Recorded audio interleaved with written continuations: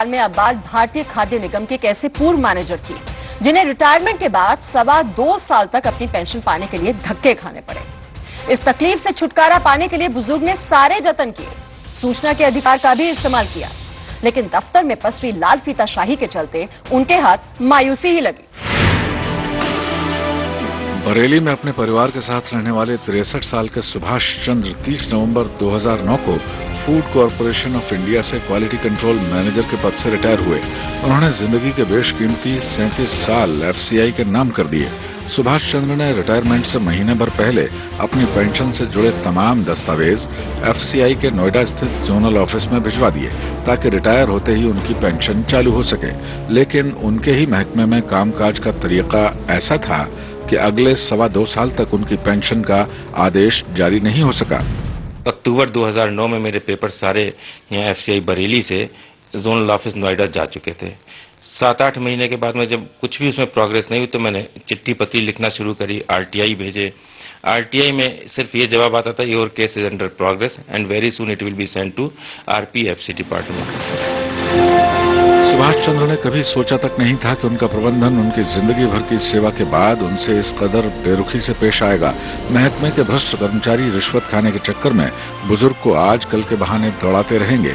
Pension के नाम पर विभाग के कर्मचारी तरह तरह की आनाकानी करते रहेंगे। देखते ही देखते सुभाष चंद्र की दिनचर्या बदल गई। वो आए दिन बरेली के अपने दफ्तर के चक्कर काटने के अलावा नोएडा के जोनल ऑफिस के साथ लिखा पढ़ी और भागदौड़ करने लगे।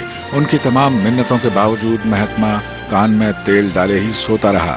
खराब सिस्टम से लड़ने की सुभाष चंद्र की मुहिम में उनकी पत्नी ने पूरा साथ दिया। सुबह सुबह निकल जाते थे, बिना खाई पिए बड़े संघर्ष में रहते थे और जो दिन भर से परेशान रहते थे। सुभाष की 2 बेटियां हैं। नौकरी में रहते रहते उनका घर बस गया था। रिटायरमेंट के बाद मिलने वाली पेंशन ही उनके बुढ़ापे का सबसे अहम जरिया थी। पेंशन उनका हक है जिसे एफसीआई में फैली लाल फीताशाही निगल रही थी।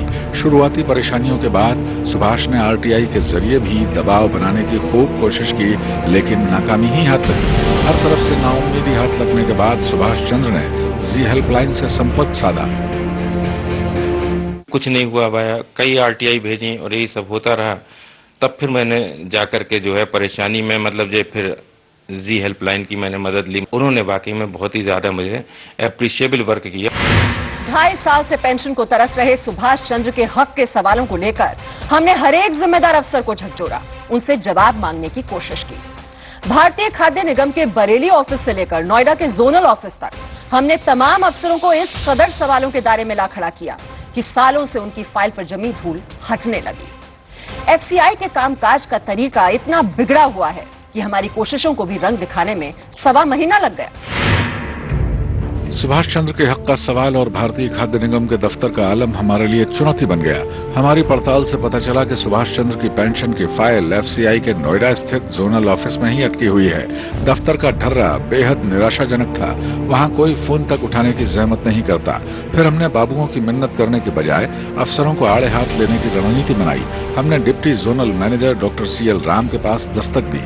उनका रवैया भी पहले तो टाल मटोल वाला ही रहा, लेकिन हमारे दबाव के चलते उन्होंने सुभाष चंद्र की पेंशन की फाइल एजीएम मोहित मोहन के हवाले कर दी।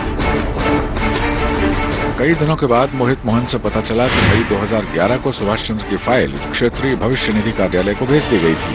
5 महीने बाद वहां से फाइल इस नोट के साथ वापस आ गई कि सुभाष चंद्र का कुछ महीने का ईपीएफ नहीं कटा है।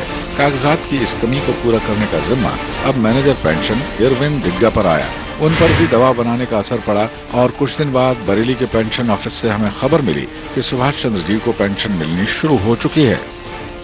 जी हेल्पलाइन ने वास्तव में मेरी पेंशन के केस में बहुत मेरी मदद की है। मैं इसके लिए उनका बहुत शुक्रगुजार हूँ। मेरा काम जो 2-2.5 साल से पेंडिंग पड़ा हुआ था, वो काम मेरा विदिन ए मंथ उन्होंने करके दिखा दिया। 2 साल से ज्यादा का वक्त गुजर जाने के बाद सुभाष चंद्र पूरी तरह से टूट चुके थे, लेकिन आखिरकार जी न्यूज हेल्पलाइन ने उनकी मदद की और अब सुभाष चंद्र अब पेंशन पाने लगे हैं। सुभाष चंद्र के हक में हमने जो आवाज उठाई उसने एफसीआई के आला अफसरों के दिलो दिमाग पर भी पूरा असर डाला। उन्हें हमने आईना दिखाया तो उन्होंने भी हमारी पीठ थपथपाने में गुरेज नहीं किया।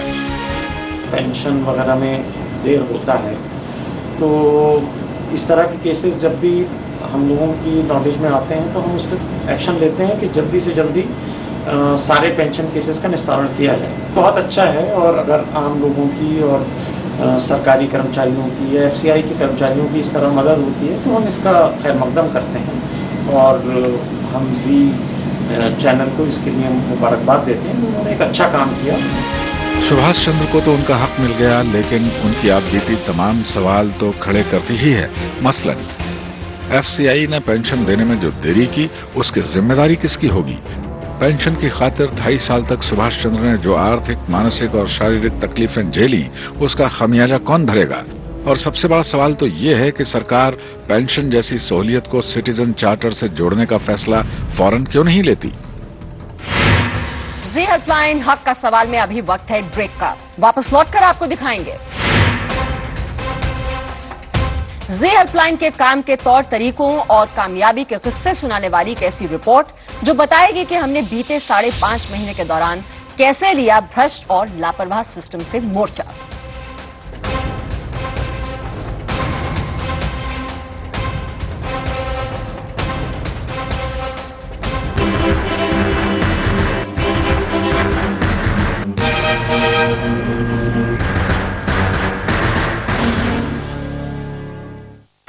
Me or I tell